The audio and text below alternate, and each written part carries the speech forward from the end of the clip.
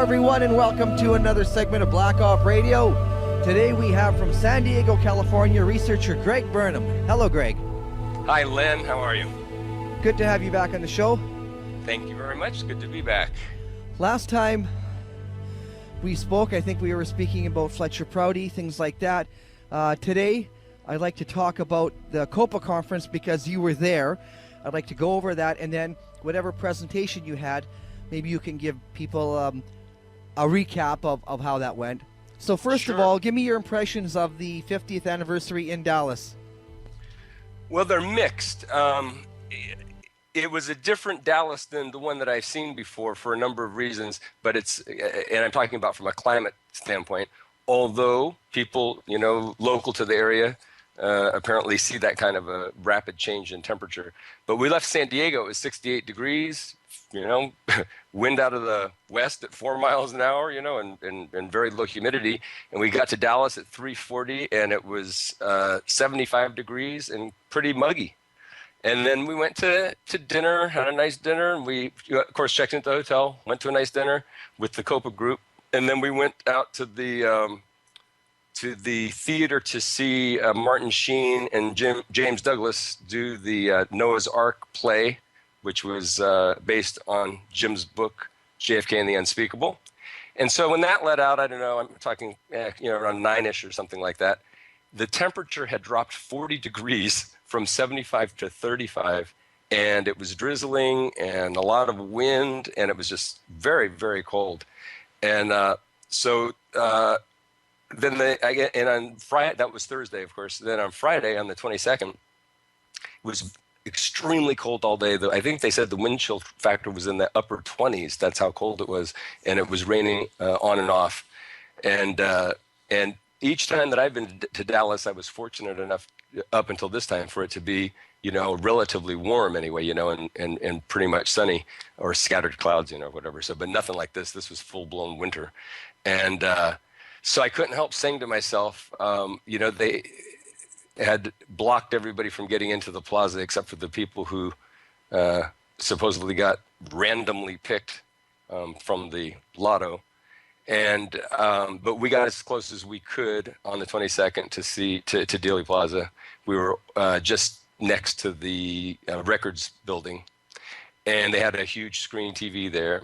And most people, I think, around the world that were interested anyway, did get to see what the city did to commemorate the 50th anniversary, which was interesting since they have never had any kind of a commemoration of JFK since the event happened. So they did this year. I guess for a casual observer of it, they probably thought that it was done rather well. For anybody who's interested in the case, however, I think we were all pretty much insulted in a number of different respects, mainly because it is still a continuation of the same lie that's been told regarding the assassination. And they said that they wanted to focus on his life rather than the events themselves. Well, think of the irony, right? Yeah. At 12:30, November 22nd, right where he shot, we're going to focus on his life. I mean, what kind of moron does that? But right. Yeah, they definitely could have done something like that, but certainly not on the anniversary of his death. That certainly did not seem appropriate. Now, what was your impression of the speech the mayor did? And I'll just give you my quick impression. It was like it was asking people to just go forward and forget about what happened. Yeah, it was. I agree with you 100%. It would be similar to any street beat cop walking up, and there was a little scuffle on the street, and the parties involved resolved it for themselves, let's say, and cops look at the little crowd that gathered around and said, "Move along, folks. There's nothing to see here." And so I agree with you. That was basically the impression, although it was with a bunch of pomp and circumstance. It really didn't have much more substance, than that. And the other thing that was kind of disappointing, I mean, if they were going to quote, Kennedy so much, which they did, they took excerpts from many of his speeches, and those are great excerpts, but they had the technology and the ability to let the man say it himself. If they really wanted to honor him, have the clips of him giving those excerpts from his own speeches. He did much better than they could have ever have ever done. But and then the other thing, of course, is the freedom of speech issue and the the violations of the First Amendment rights to gather. That was definitely violated on the 22nd of November 2013. And I just had to say to myself, I was really pleased, though. It turned out to be a great, great day because in his angst, JFK chose to rain on their fucking parade.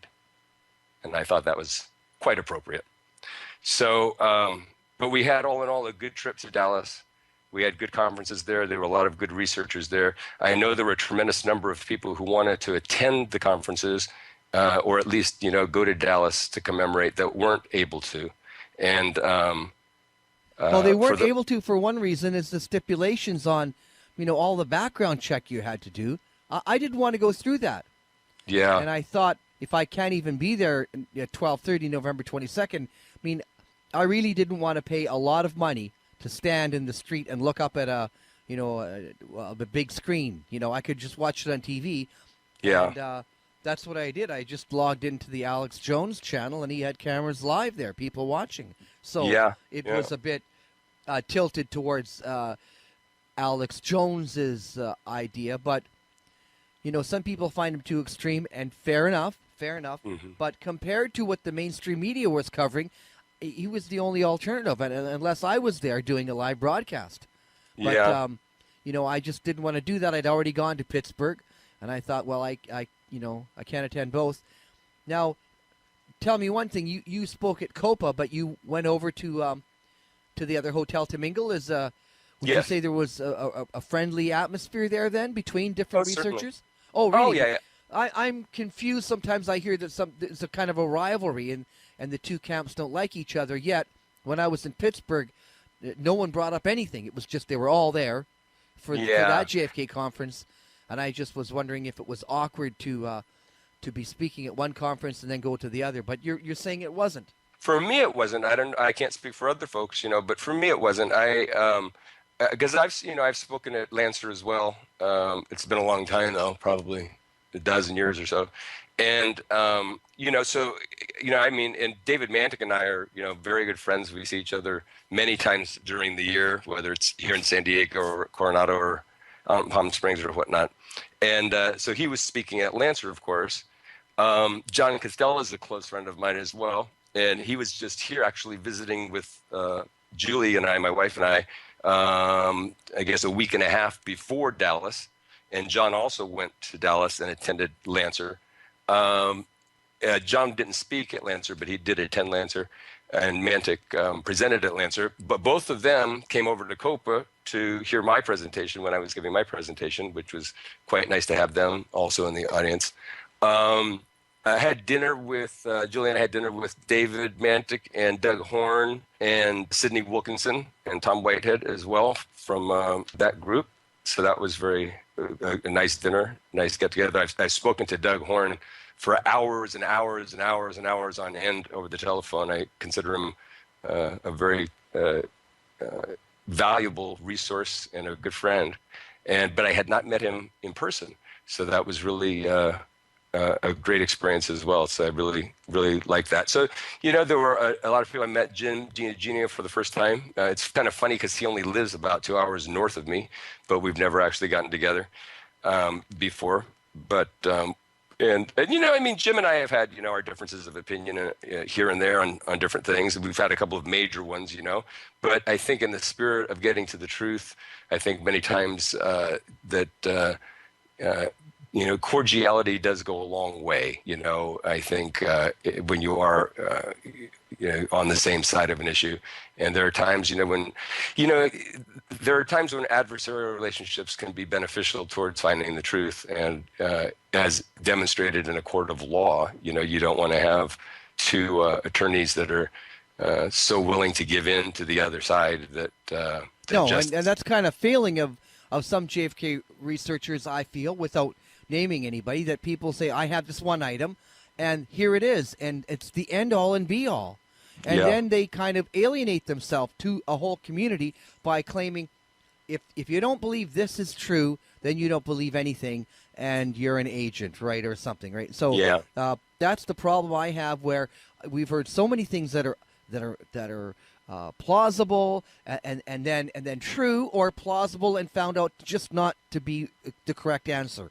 And that's part of the game, I guess. That it's good that this can happen. That people of different opinions have been networking there and meet and don't have as much animosity, I guess, then as maybe was previously presented. But I didn't see any. I didn't see any in Pittsburgh, which was maybe more neutral.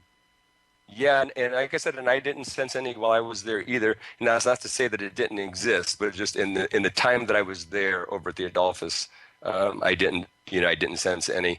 And I don't know, how deep that goes and I'm not even sure how important it is. It may be very important, if there's still some deep wounds or some deep.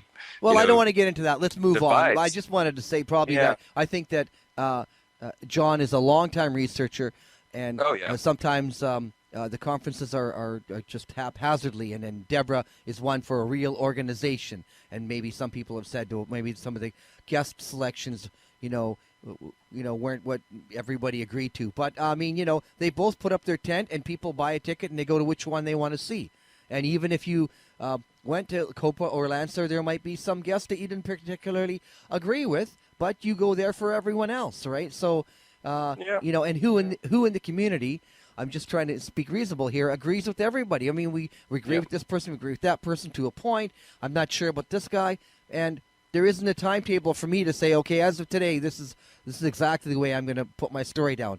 I'm still learning, and I hope others are still learning, and there's more stuff to be discovered. Yeah, and I think that part of it too, when we say this adversarial relationship can be healthy in research and in finding the truth, I think it's very valid in this case. I think it's inevitable that it will come up as well. And the reason I say that is because the investigations, again, were done so poorly. And when I say they were done poorly, I don't mean it so much to say that they didn't gather evidence. I think they did gather evidence.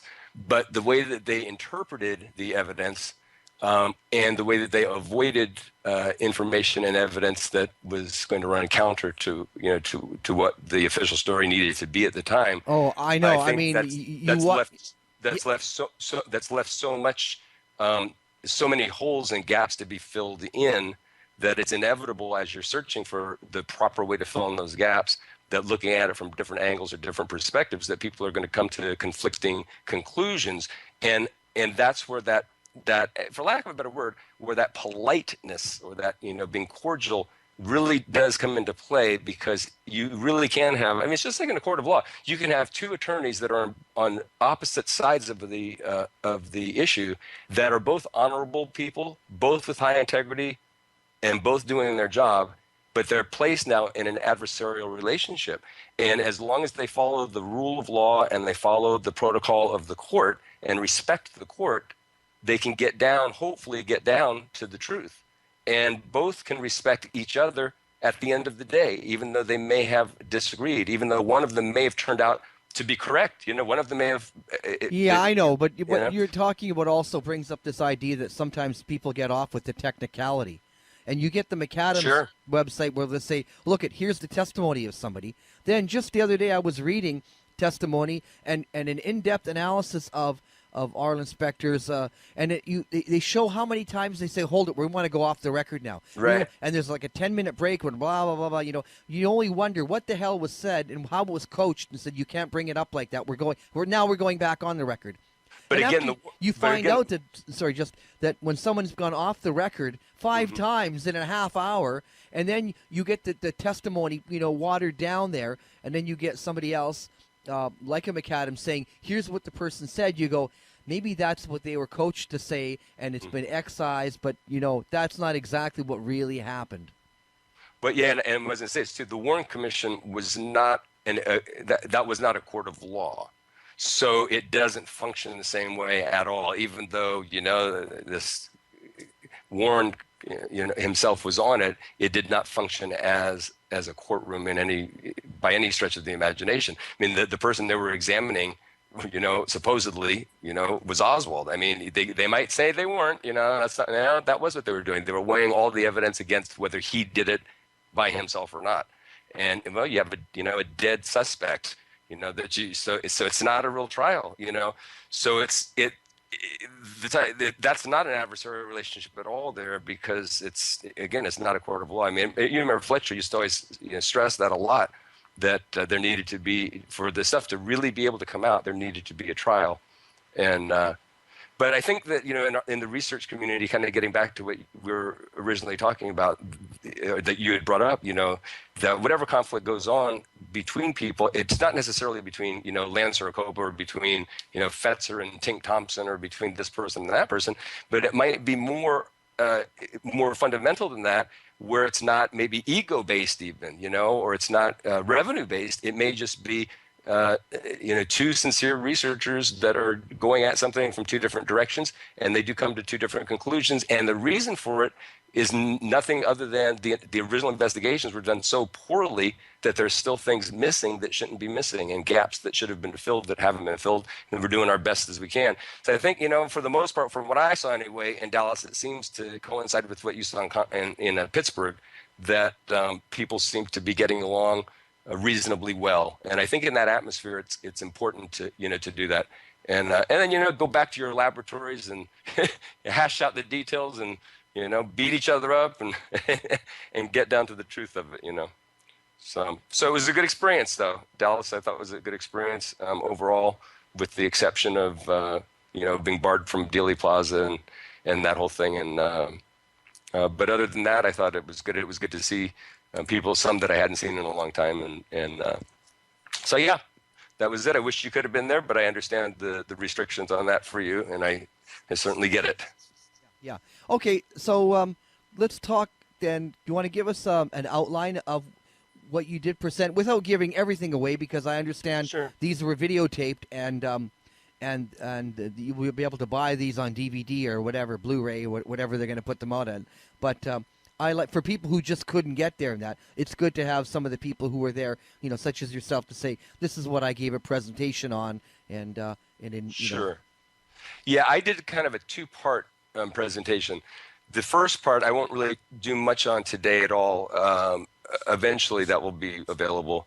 That was called A Revolution of Mind, and I won't go into any of that right now, but that was the first part of my presentation. And for me personally, it was the most important part of my presentation, but I think that's something that you can't really take out of that context and give it justice. I don't think I'll talk about that. But the second part of my presentation is more contextual in terms of how Kennedy was made to appear to be less than a adequate president, that's to put it mildly, which is saying a lot. When you paint somebody in a position of not being adequate to the position, especially when it's a very important position, such as being the president of the United States, you certainly have lessened the blow when they die a number of years later under the circumstances that Kennedy died under.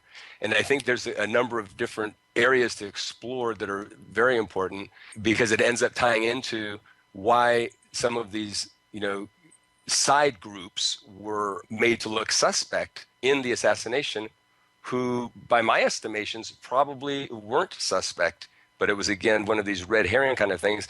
And it was, these are tales told by the agency, Fletcher Prouty, as I'm preaching to the choir here, I know, Len, but was just such a good resource on so much of this. And it's so amazing that, like we've said so many times before, that often the things that he said weren't verifiable because the documents were classified that would eventually show that what he was saying was absolutely correct. And here we are again talking about the Bay of Pigs. And one more time, as we talk about this, you'll see that it's true once again. And just before you get going, Greg, I do want to let you know that if you have to go along on this, if you have all the time you want, because I know sometimes at a conference you've got an hour and that's it, and if you've got 45 minutes if you want to take questions from the audience. So if you do want to go in depth in this, lay the groundwork down, and sometimes that takes 15 minutes and it might sound tedious. So but you have the flexibility here to do that, okay? So no problem. I know that I talked about the Bay of Pigs a number of years ago on this show, maybe as long ago as 10 years ago. Some of what I'm going to talk about, we talked about then, but there's new stuff. And so I'm going to put it all together, because if I try to separate it out, it will get too confusing for the audience. So But if we start here, just very rudimentary, Fidel Castro was supported by the United States government. Batista had been, of course, the regime in Cuba prior to Castro.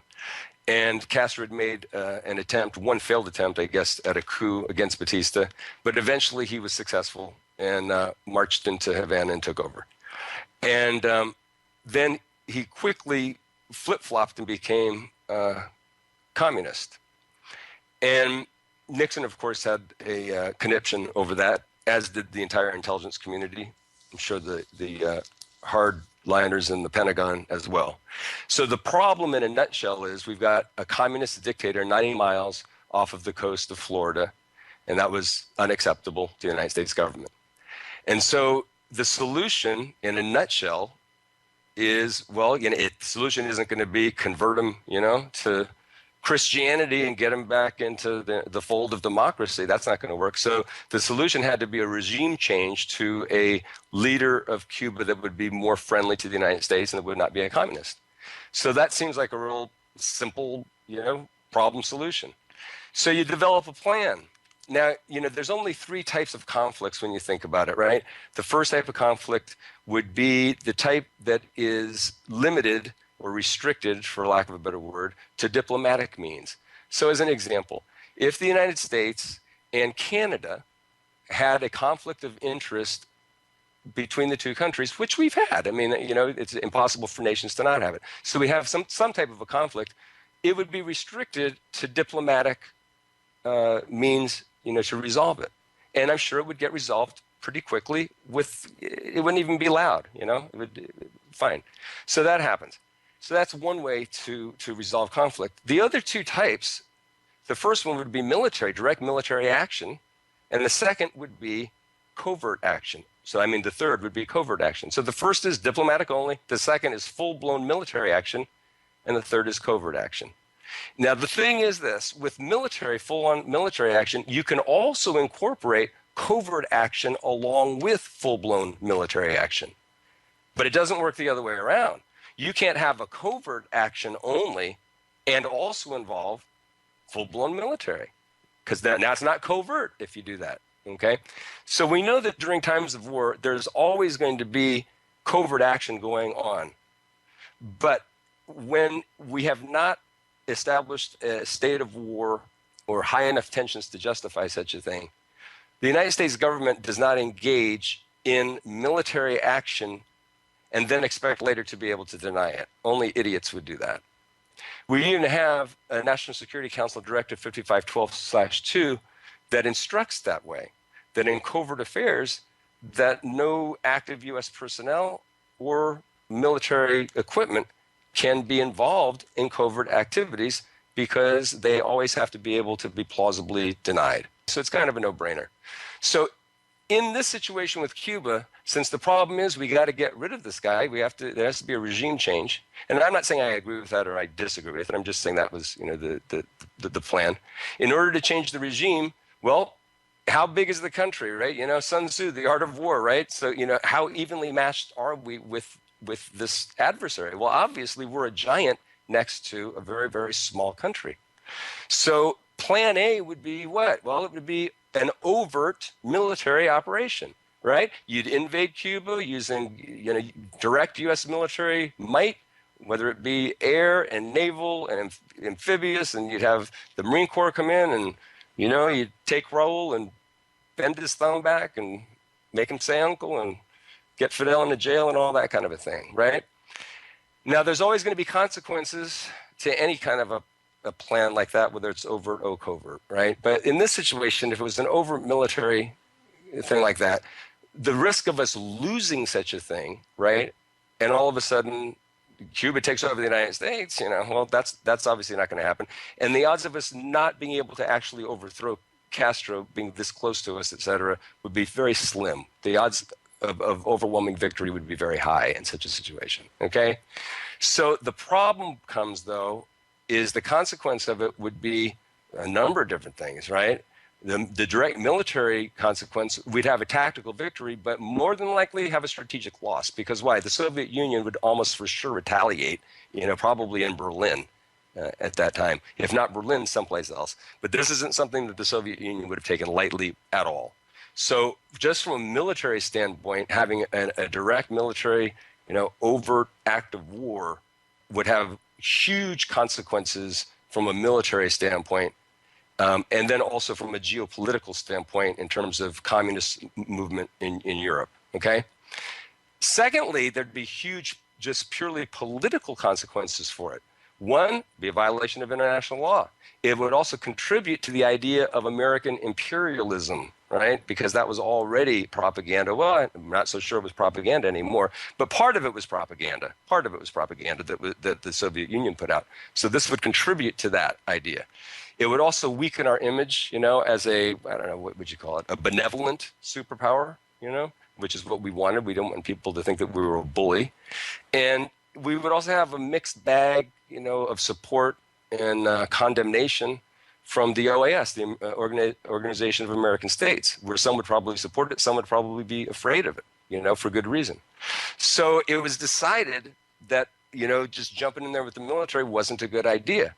Now, the reason I'm going into such detail about that is because, let's go back to what we're talking about. We're talking about the Bay of Pigs, and we're talking about what caused the failure at the Bay of Pigs. So it's real important to go back to the genesis of the Bay of Pigs, right?